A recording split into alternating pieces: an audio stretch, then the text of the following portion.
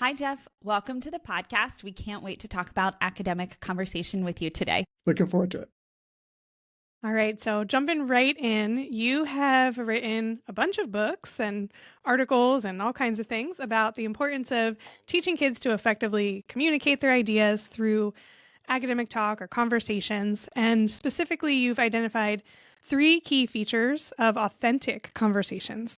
And I'll just list them really quickly. So they are purposeful building of ideas, clarifying and supporting, and designing and leveraging information gaps. So can you just jump right in and explain what do those mean? And even more importantly, what do they look like in classrooms? You got a minute? Plenty of time. Okay. Well, after quite a few years of basically observing classrooms and looking at things that were working and not working so well, and even just looking at regular human interaction, I kind of came up with those, and there's a little bit simplified, but simple enough to keep in mind all the time. I was looking at what were kids thinking when they were answering a question, for example, whatever question it was about a text, and started to think when it's connected to building up an idea, a larger idea than just, here's my answer to the question, you get more language, you get more thinking. So I started to notice these patterns where if there was something beyond just that moment of, okay, I'm going to make the teacher happy and answer a question, then things stick more, and you actually get more, like I said, more language, more sentences out of the kids. And so even though I've focused quite a bit on oral language and conversation, which I'll probably talk about quite a bit, I've also noticed that you get more language and thinking when you're reading, when you're writing, if you're questioning the text and saying, okay, I'm trying to build up a big idea from reading this text. And so you get that more interactivity. And so the building ideas is sort of that overarching goal or purpose. And then the 2 ways, and then people ask, well, okay, well, how do you build up an idea? And even though these aren't the only 2 skills, these are 2 skills that have been around for a long time.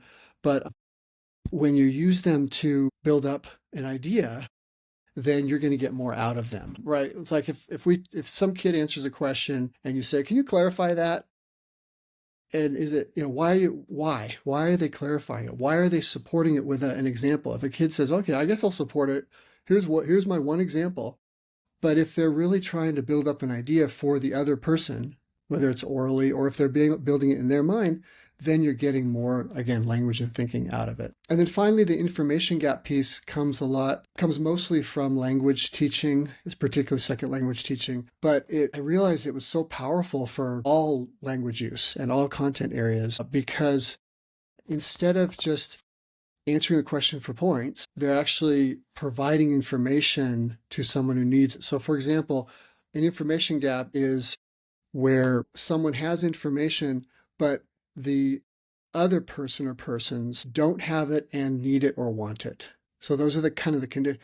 So if you don't have that, if you have both people have the information, there really isn't a gap to bridge, and there's no reason to use language. People go through the motions. You get kids doing that all the time, right? I'll get my points. I'll say this, even though I know you know it, and I know the whole, pattern of IRE or IRF, where the teacher initiates a question, kids answer, but the teacher knows the answer. So like, why am I telling you an answer you already know? Whereas if we can get that to where it is an authentic, and I use the word authentic a lot, an authentic information gap, then you can get more language, usually get 2, 3, 4 more sentences, right? Often instead of just the one word or the grunt or the half a sentence. So that's kind of, and they all work together. When you think about, I'll watch an activity, I'll watch a class, and sometimes there'll be 2 out of the 3, but if they had that third feature, right, whether it's an extra clarifying support scaffold or something like that, or the information gap was there where, kind of like a jigsaw. A lot of jigsaws actually have the information gap,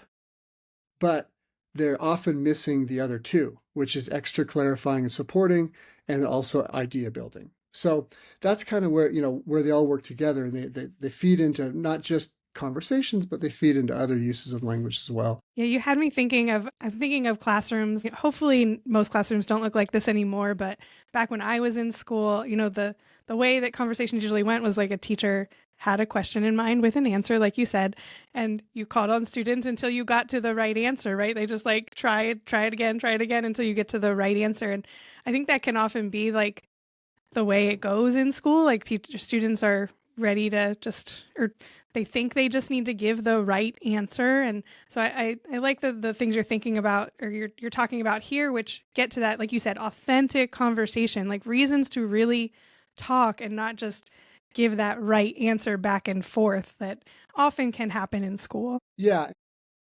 I mean, along those lines, I have several videos where kids are sharing their personal information, which in some circles recently, people say, well, that's not text-based. We can't test that. But I push back really hard and I say, some people call them personal connections. I call them personal building blocks, just to kind of keep in line with the building metaphor of building up an idea. And so, there's this one video where the kids are going through and they're kind of building up an idea. I'm not sure they know they are, but they are. And one girl goes to the text and says, notice right here in this text, which is really, we're very happy about, right? Using the text but then after that, and kids are like, okay, yeah, I had that too.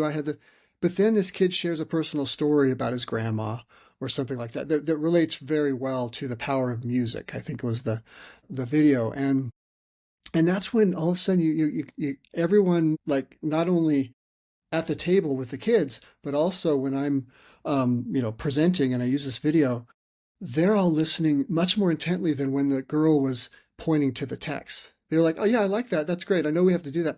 But then you actually listen to this kid and no one's ever heard about his grandma in this particular story. And so he shares, twice or three times as much as he might if it were just pointing to the text and saying, yeah, here's text that supports our idea.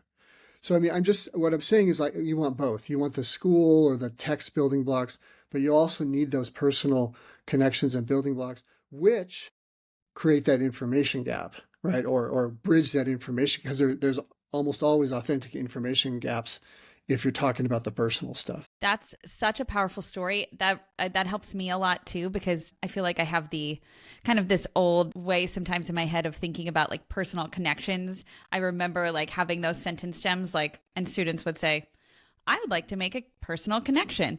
And then and it was very trite, and forced almost. It was missing the authentic piece that you're talking about. And that, I think, is, when you're building those personal building blocks, that's the piece that is the missing link, that authenticity, especially because that personal connection, like the kind of forced or trite kind, often I think took us much more off course than it did leading us into the text. And it sounds like from this short story that you're sharing that this story really deepened students' knowledge about the text and about this big idea that they were trying to get at.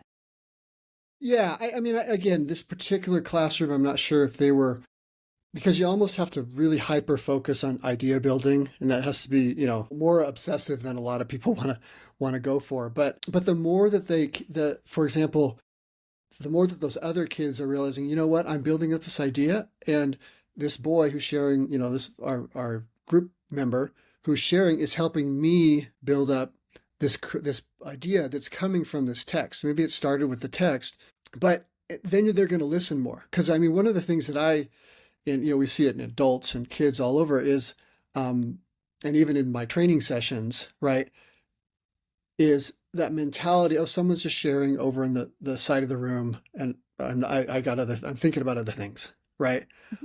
And so, but if everyone realizes that they're sharing to help others build up an idea, and they're listening to help themselves build up an idea, and maybe even make a little connection and add even more to it, then you've got that whole class true conversation, not just a popcorn session. Because if no one's listening, then it's a popcorn session, and the teacher just kind of, nods their head and says, okay, good job, and that's it. I think the more they have that, I call it idea building mindset, where I'm helping you, you're helping me, this is why we're here, this is why we're reading this text, this is part of it, and we're going to do this tomorrow, as we're going to continue to build this tomorrow, and maybe the next day, and maybe the rest of my life, right? We might not have as many texts in the next unit on this, but it's something that should stick, rather than just be the mindset of, okay, this is school, I answer a few questions, I get through the school day, I do the test in 2 weeks or whatever, and then I move on and we do something else. So that it's that that building overall of ideas that at least I'm trying to promote in settings. Yeah, that's what I was thinking with your example, Lori, was like, the purpose there was just to share a connection, right? But the other students didn't see why should they care about this connection, right? It wasn't building to that. Like, I'm listening to you because it's helping me understand something better. It was just, you're just sharing a connection. So that's not as helpful for sure. Yeah. When we think about academic conversations, sometimes it's like an activity. And I think really, like from reading your book, Jeff, and reading your work, it's really helped me kind of switch gears to think of it as more like really just deeply embedded into the practice of teaching. And I know that like teachers listening probably already incorporate some academic talk activities in their classrooms, or academic talk, I don't know, what do we want to say? Not activities, academic talk structures, routines in their classrooms. And I'm just thinking, how can they enhance these so that it feels more authentic and that it's integrated? Mm-hmm. Yeah, that's a lot of what I try to do, right? When I'm working with teachers and districts, I kind of, I don't know if I want to divide it too much, but I kind of split it up into structured interactions. I usually start with that because, look at a pair share, for example, or think, pair, share. There are quite a few things that we can do to think, pair, share, which is actually manageable, right? That can make them twice or three times as good. So maybe they're twice as long, but they might be three times as good. I'm just kind of making these numbers up. But these things like what I just mentioned, those three features. So I will tell teachers, or I'll tell kids, let's say, and I do a lot of model lessons in classrooms, and I'll tell kids, okay, we're about to do a think, pair, share. And I don't know how often, how much time you need to think about this. We'll give you a little bit of time to think, but there's a couple things we want to do. First is you are listening to build up an idea. Whenever your partner talks, and then you are talking to help your partner build up this idea. And I might point to the idea on the wall or whatever, just to remind them you're not just saying one sentence and then saying, I disagree or I agree or whatever. It's, this is a chance to build up an idea. So I tell them that just directly. And then I'll say, and I want to make sure that when you're listening, I want you to ask one clarify or one support question. And those questions, I actually have hand motions. If you're just listening, you won't be able to see, but I'll describe the hand motions. And they're pretty quick. So the clarify is I put my two hands together and kind of thumbs together, and then I kind of open up my fingers in front of my eyes. So it's kind of like, opening up, clarifying. And those two sentence frames are, what do you mean by, and how? So those are kind of clarifying frames or questions. And the other is I put five fingers on one hand up, and I put my palm, kind of a flat palm like a tabletop, on top of it. And that's for support. And the support questions are just, can you give an example of that and why? So with those four stems, kids can go a long way. I mean, one of the actual biggest problems with lack of talk and conversation stopping or think, pair, shares ending way too soon is that kids don't know how to continue the conversation with some of these pretty simple prompts. And so, or they'll think it just takes one, like, oh, I only have to do that once, right? Well, if in a conversation, check it off the list. Yeah, we say that all the time. We might say, can you give an example 3 times? Or what do you mean by that 4 times, right? And so just these are conversation extenders as well. So even though pair share, you don't want it to be a full-on 10-minute conversation. I know that. But these are ways to practice. So in the structured interactions, are really good chances to practice these moves. And you can just say, every time you hear, especially, and this is a biggie, if you hear one sentence or half a sentence or one word, you have to ask a clarifying or support question. Now, it might not always be true. There might be it's real simple. Okay, the answer 8 divided by 4 is 2. You don't really have to clarify that. But most of the time, when kids say one sentence, especially if it's kind of an abstract, thesis or topic sentence type thing, you can ask one of those questions and get a lot more out of them. So I think, the more we zoom in on especially these interactive activities like a pair share. Oh, and also the third part, right? So I think I covered building ideas, clarifying support, and then the filling information gaps. That's more on me, the teacher, to make sure that they're not just sharing the same information. So I don't say, okay, we all read this story and share with your partner who the main character is. Really? I mean, I know that you know the answer, so I don't have to talk much. And you know that I know that you know. And so we don't really have to talk or listen much. So we really want to make sure they're, like they've had 2 texts, they have maybe 2 stories, 2 somethings, 2 math problems, 2 whatever, or even in their personal lives, they have some different examples from their personal, backgrounds that they can share that are different. And then they, do that, 1 sentence is not enough. It's always like 2 or more sentences.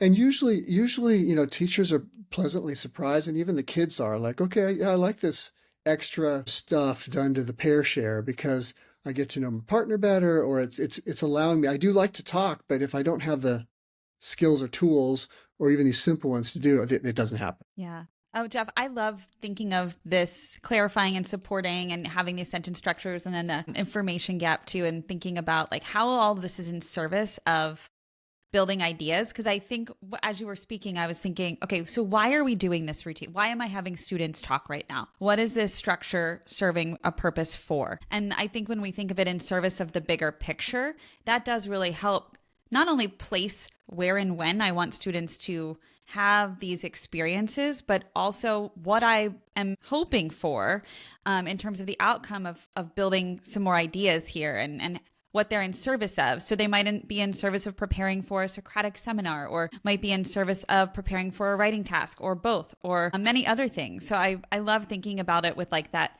kind of laser focused big idea in mind. And the examples you shared were really helpful. Yeah. And even that, your example of like preparing for the Socratic seminar, that Socratic seminar also is meant to build up an idea, right? So kids realize it's the test, the essay, these are not the be all end all. The points are not really the end.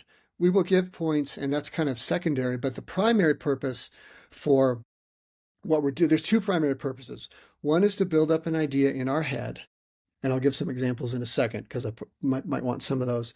And the secondary purpose would be to communicate that idea to others in a powerful way. So it's also us as teachers being open to, now let's say a teacher like, I'm not taking away my test, but maybe adding something that's not an essay, because kids don't like essays either, but something that's a little more of a creative way to communicate your unique idea, right? It can't be the same idea as everyone else. Even if you have like, photosynthesis is a way to produce food, by plants or whatever that idea about. It's that idea might be similar there, but the presentation and the structure of it, how it's built, might have some personal examples. And there's plenty of different plants out there and trees that can become these interesting building blocks that you don't know about, right? So it doesn't have, so that what I call the top building block of the idea statement or the abstract, that might be the same, but the building is not the same. So I think that's, thinking about it in those 2 ways. And it's not like this is brand new, right? Kids have been building up ideas, and they've been doing projects that are really cool and fun and communicate. It's just, I think we need more of that and a little more conscious, focus on, hey, you are building up an idea. This is why I brought this text in. It's not just to cover standards one by one, to cover these random standards just to check them off. Kids do not care about standards, right? They might care, some will care about the points, but then it's the kids who don't care about the points and don't care about the standards that we're kind of most concerned about. Idea examples, just in a nutshell, would be, like I had the photosynthesis example. Some of them are just like, it's important to be honest. Themes that come from novels, memories make us human. Animals adapt to survive. Some of these just high level ideas or concepts or claims. There's also controversial, there's arguments, which we can get to in a bit, but arguments are also the big ideas. Like there's 2 claims on each side, and we're deciding which one weighs more. So I can get to that in a little bit. But if you want more on, I think I have lists of ideas somewhere in appendices or something like that, so I can find those and send them out. Well, we would love to share those. Absolutely. Yeah, I'm wondering if I want to back up a little bit when we were talking about the turn-in talks or think pair shares. And one thing you mentioned that I used to do with my students and loved was stronger and clearer. Can you explain that very simple take on the, think pair shares as well?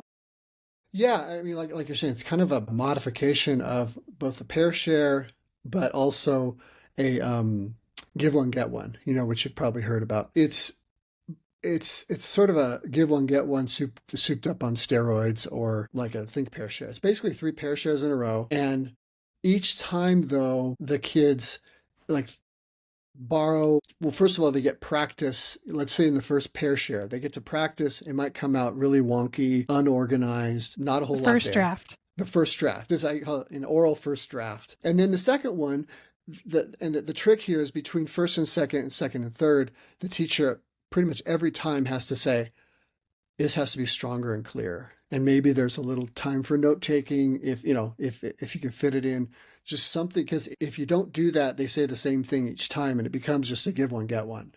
3 and times. So, yeah, 3 times. So not that that's bad, right? But if we can get a little more out of it, better, right? What we really want to do is have kids practice their speaking, practice their presenting of their idea. Usually it's an idea level question. It's a big enough question. It's not just a simple little thing.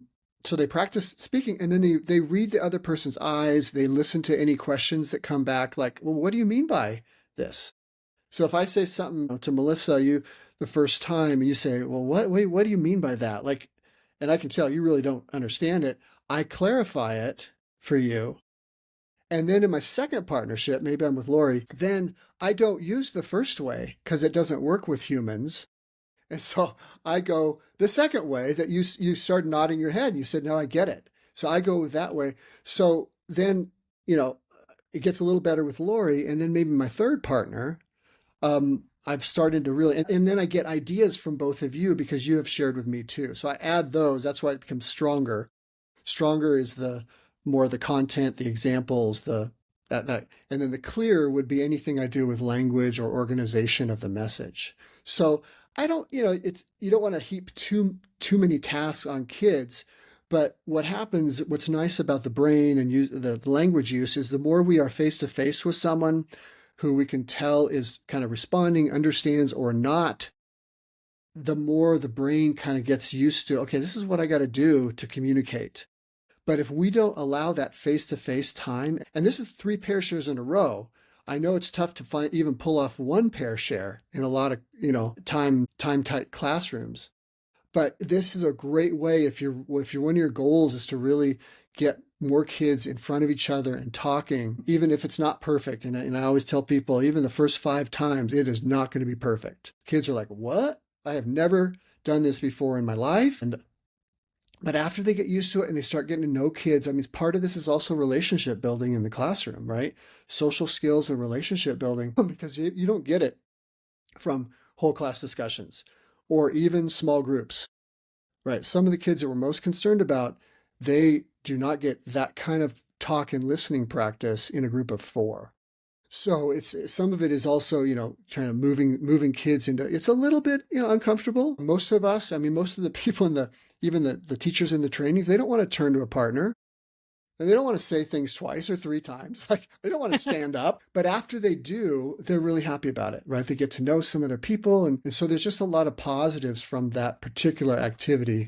And imagine doing it 2, 3, 4 times a week over the course of years.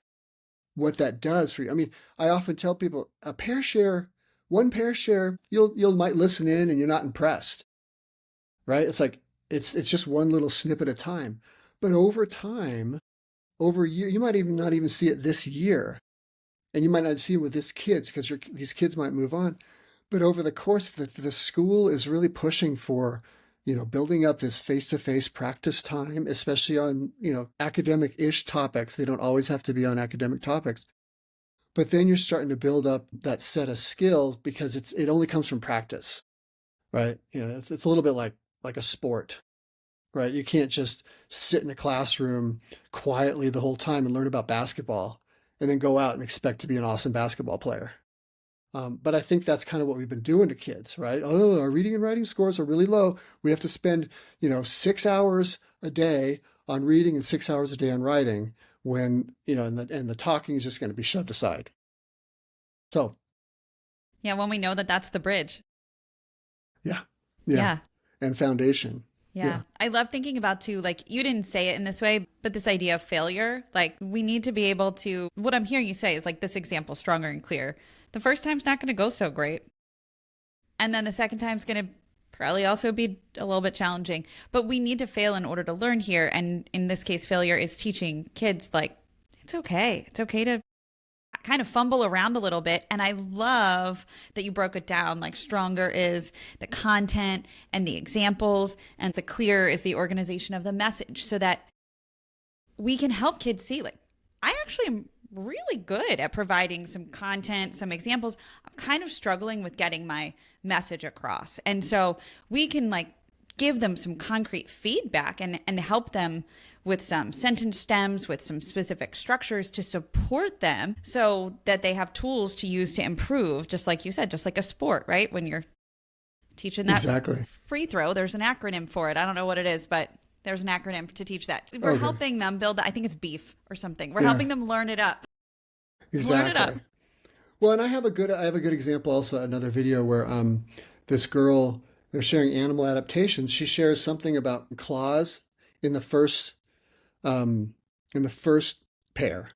And then the second pair, you in the video you don't see it, but the other girl, her partner, shared something about eyesight of these birds. They were looking a lot at birds of prey.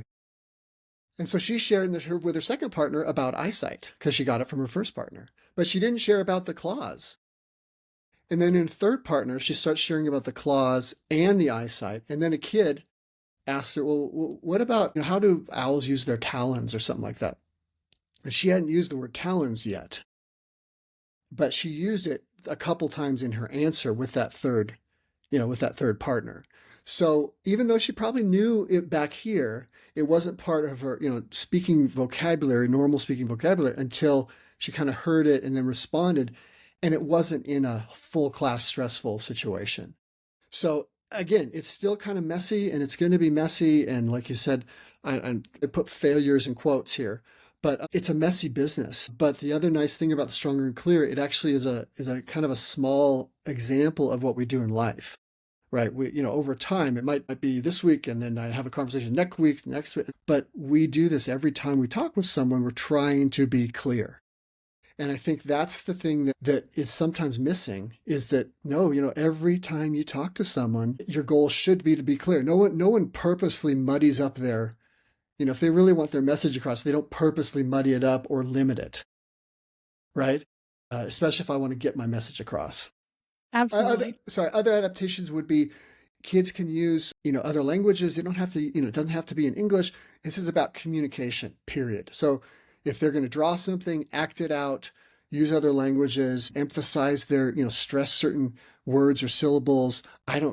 Look up at the board, the wall. I mean, it's all about, hey, I'm trying to get this idea across. I'm trying to improve, I'm trying to build it up as I'm listening to you, especially, and I'm trying to help you build it up this whole time. So it's really about communication rather than just a, little activity. I'm loving all of these ideas, and I'm thinking back to my classroom, and I loved doing discussions with my class, but I know sometimes they would be awesome, right? I was like, this is a great discussion. And then other times they would not go so well. And sometimes I felt like it was like the structure, like how I set it up, like whether they were talking to partners or a mix and mingle or a Socratic seminar, like something about that was off. Or sometimes I felt like I was not asking the right questions. So I'm just looking to you for like, what kind of tips can you give to teachers to make sure they have more of those successful times with these classroom discussions and less of those ones that don't go so well? Ooh, that's a big question. I don't know if I can help you in the past there. And I don't know, again, that's why I'm stalling, is because the reason is every kid, every classroom, and everyone, every teacher knows this, are different every year.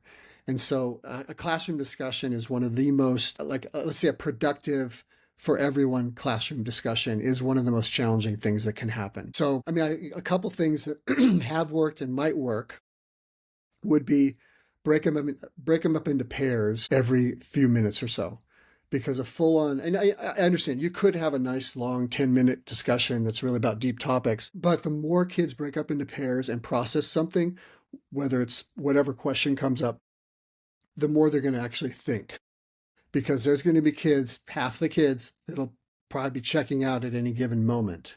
So you don't want that. So whatever that one would be, again, I'll backtrack a little bit. The idea building mindset that everyone has. Hey, you guys, in this classroom, we're going to have a classroom discussion for 5 minutes. And we're going to build up this idea. Or we're going to decide which idea to build up, right? Something like that where it's, or there's an argument and we're going to build up both sides. And then we're going to decide which side weighs more. And I'll try to help out, but I don't want to do all the work as a teacher.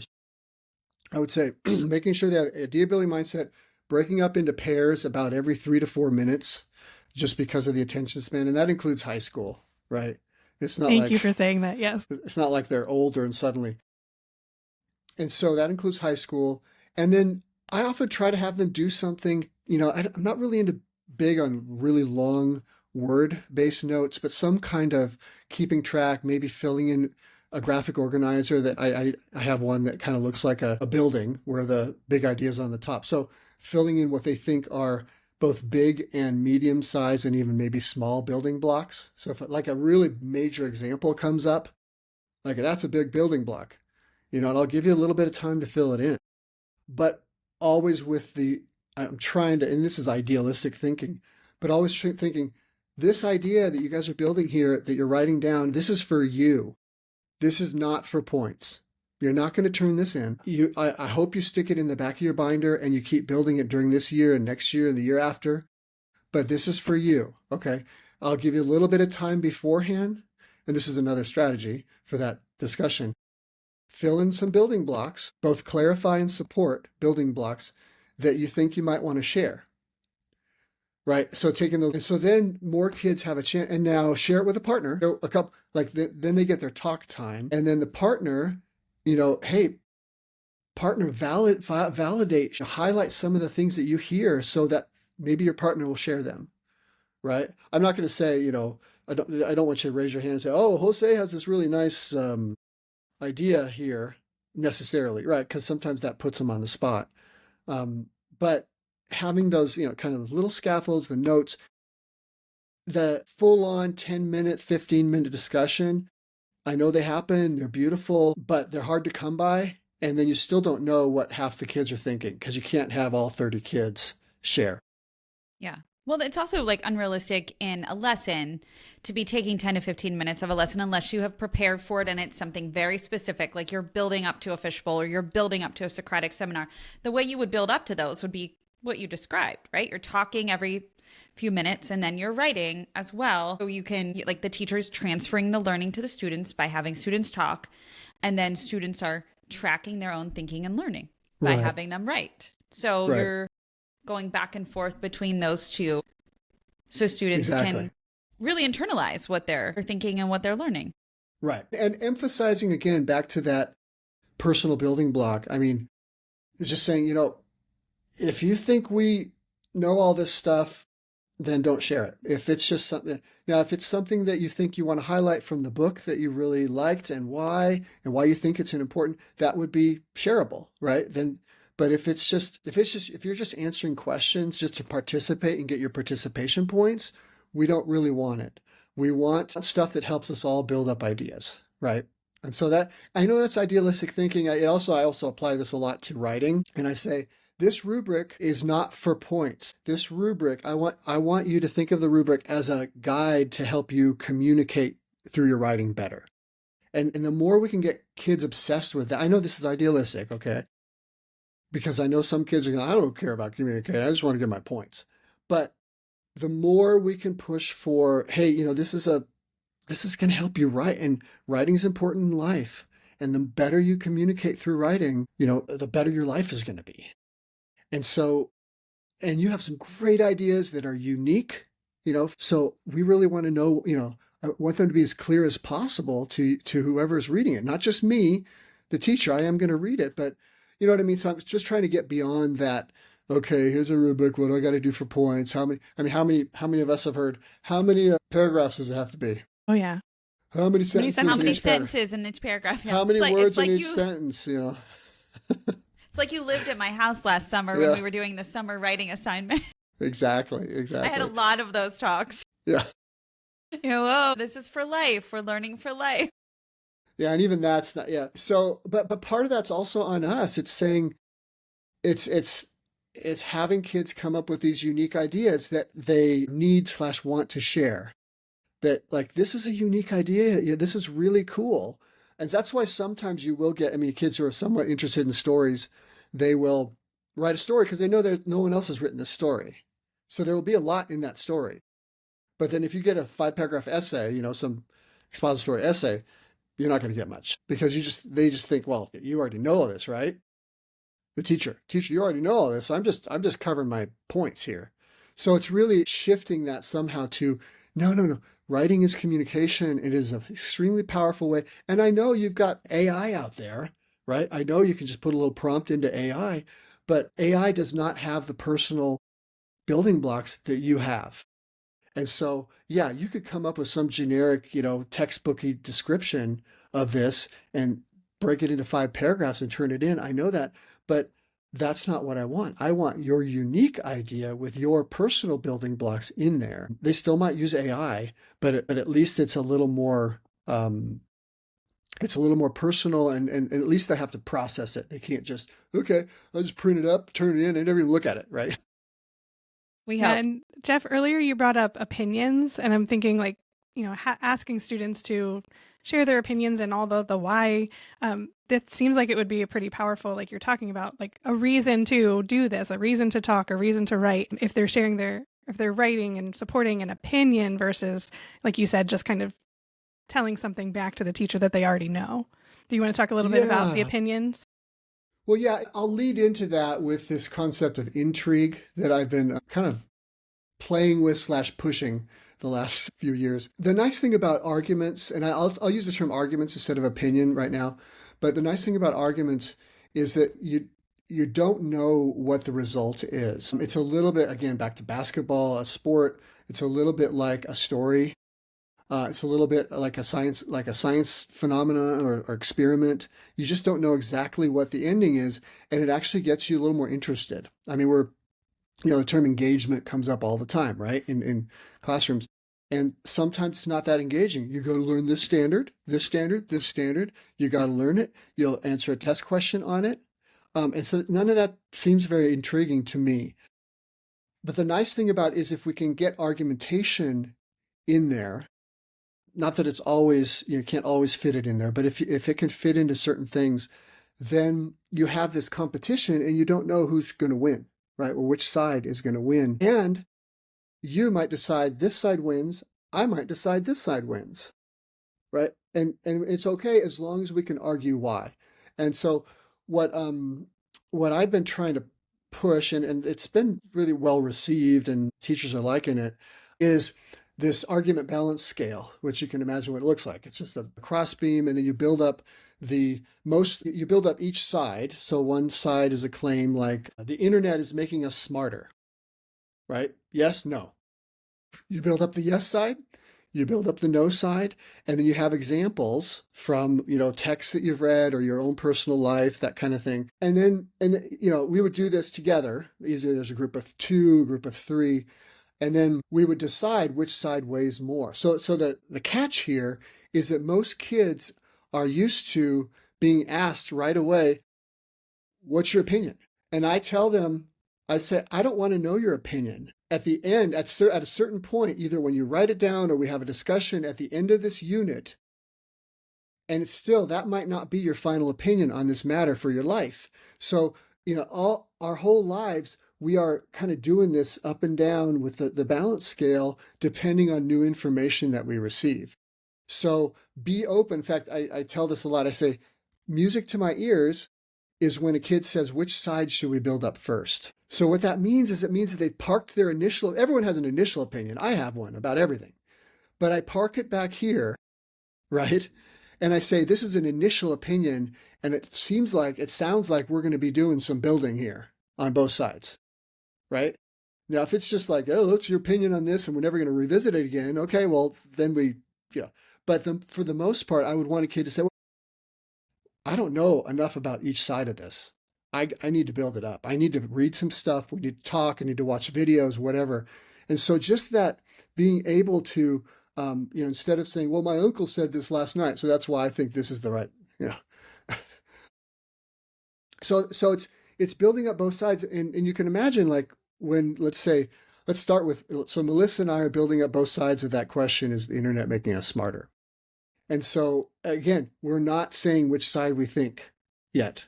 We are just saying, okay, let's build up the yes side first. And then we share. And she shares her stuff, I share my stuff, and we put it in there. And then we decide what are the largest building blocks. We kind of, prioritize or evaluate what are and some are like stupid, like my uncle. I might even throw that block out, right? Because my uncle's not an expert on the internet. So I might throw that out, but still we have this solid side, and then we have this other side. And then we decide, now, Melissa and I, now you don't have to decide in that first part of the activity with the partner you've been with. You can say, okay, now bring all that stuff over to another partner who you haven't talked to yet. And then have a little more of an academic conversation, I would call it, because then we haven't done all this, processing. You could do it either way, but I usually try to have that second partner, because there's a little more information gap. They're not expecting all this, all the stuff. And then at the end, I say, you know what, we might differ because we have different values. And so it's okay to have, but you got to explain why you have that value or why not. And it can't be because your uncle said so. So it's a way to apprentice them into what is, kind of what is acceptable, kind of acceptable logic out there. Even though we're having some problems, with that right now, big problems with argumentation and backing up things with evidence and all that, we still, in schools, we have to keep on pushing for this as objective, as unbiased as possible, weighing of, and the parking, like I'll say, parking that initial opinion back until you have all the information. Yeah. I'm That's envisioning too, like as a teacher, I would be putting these up all around the room as visuals, like, right, related to what we've learned about, so that as we're modeling throughout the year, like, oh, we're learning more. Oh, let's add to it. Oh, we're learning more. Let's add to it. And I think kids can rally around that idea of continuous learning. Like, they're super pumped when something comes up to talk and share about that they've learned before, right? They can't wait to tell you all of that. And so just to kind of continue that idea, I think that's really a cool way to think about it, and a great teaching tool too, to have that balance scale. So we'll definitely share that. That's great. Yeah, and especially if you have the room, and I know you run out of room pretty quickly in classrooms, but that's right. But some of that's prioritization, right? Are kids using that section of the wall right now? How often are they looking up at it, using it, especially if there's like little tiny print up there? I don't see a lot of kids standing up and reading. So I might have it up there for a while, and then I say, okay, well, let's put a different visual or graphic up there. Yeah. I think that this also kind of gets us to where we wanted to ask you about the advantages and the research around academic talk. So we know that there's so many things to do in a school day. We realize that sometimes academic talk does end up getting cut, right? Like writing, academic talk, things that take a little bit longer. But we want to hear from you, from your perspective. Why is it worth it to invest more time into academic conversations, and what are the benefits for students? Yeah, I did this. I was with several groups here and there, and we talked about what are the advantages, and some groups came up with 30 or 40 advantages of that time, whatever that amount of time is. And some of the research is fuzzy, because a lot of research, fuzzy in a good way and then also fuzzy in a bad way. But some of the research will look at test scores, right? They'll say, okay, well, you did, you this classroom, even though it's hard to even keep track of how much, and the quality and quantity of talk is really hard to come by, especially on a large scale. But even the ones that have done that, they found positive results. But again, there's so many variables in educational research, it's really hard to keep track of these schools because of the talk, that direct relationship, because of the talk. And again, we don't know the quality of it. Did it influence these test scores? And then I said, okay, whether or not they influence the test scores, let's pull back a little bit, because most research is actually connected to test scores, unfortunately. But some of the other research that isn't, they've interviewed students, they've interviewed teachers, and they've just seen the overall several things. One is kids stay in school. The more relationships they have and the better relationships they have with others, they feel, even if they're not doing great, in their classes, right? Or if they're struggling, or and particularly multilingual students who, especially in secondary, are struggling with the language demands. But they especially if there's more, social activities like we're talking about, they tend to stay in school longer and attend more. And so, not only that, and then there's the even harder to measure pieces, which would be inside the student's mind, right? The student agency is huge. Whenever you you'll get some student agency from getting a good grade or getting good marks from the teacher or even teacher validation. But when you get multiple students validating, valuing what you're saying, right? Just like every day. I mean, it's not like you have a lot of time for the kid to write down whatever, and then a peer editor says, great job. But a pair share can be enough to build up that student confidence, that student agency. Like, I have stuff to say, and I can say it and I can communicate it, even if it's not perfect English. It doesn't matter because I've got these people who, are supporting me, valuing me, and they're using some of my ideas that I'm sharing from my background or from my personal preferences or whatever. And so that's kind of the powerful piece that isn't really, there aren't a lot of research studies on that because it's really hard to, again, it's hard to get inside kids' minds and talk about confidence, agency. And then, of course, social skills, which when you look at, whether, I don't know how much it matters, but if you look at a lot of the preferences are the top three, whatever characteristics that people are looking for in a new hire. And this is, whether it's right away or down the line, it's communication skills. And so they often say, I can teach you the content here in 2 weeks, right? But I am not going to teach you how to relate to people or how to communicate with others or how to just have I often use the example of a job interview where, the interviewer asks and says, so, why do you want to work here? And then let's say the student or the interviewee says, well, because I heard it's a really good place to work, and then nothing. So it's that one sentence answer that is not enough out in the world. It might be enough sort of in a classroom, because we're looking for these short one-liners, but then, and even with the teacher will often ask a follow-up. Oh, well, what do you mean by that? Where'd you hear that? But that's not going to happen out in the world. They don't want to ask you those follow-up questions. You have to know that you have to, say that second sentence or that third sentence and that fourth sentence. You have to be able to communicate and know what is expected. Now, you don't want to overdo it either and go on to a full-on novel, that. So it's really knowing that right amount, right?